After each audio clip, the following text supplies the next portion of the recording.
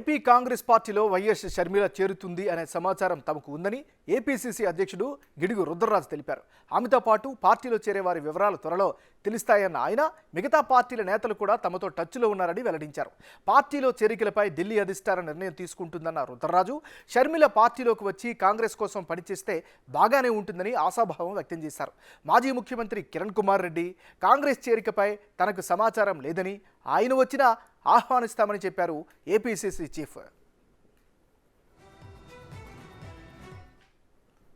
షర్మిల గారు కాంగ్రెస్లో జాయిన్ అవుతారనేటువంటిది మాకున్నటువంటి సమాచారం.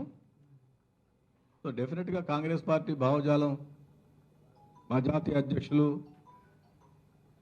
రాహుల్ గాంధీ గారు, మల్లికార్జున ఖార్గే గారి నాయకత్వాన్ని బలపరుస్తూ ఆవిడ కాంగ్రెస్ పార్టీలకు వస్తే స్వాగతిస్తామని చెప్పి నేను గతంలో కూడా చెప్పాను. ఎవరితో వస్తారనేటువంటిది ఇంకా కొంచెం సమయం పడుతుంది.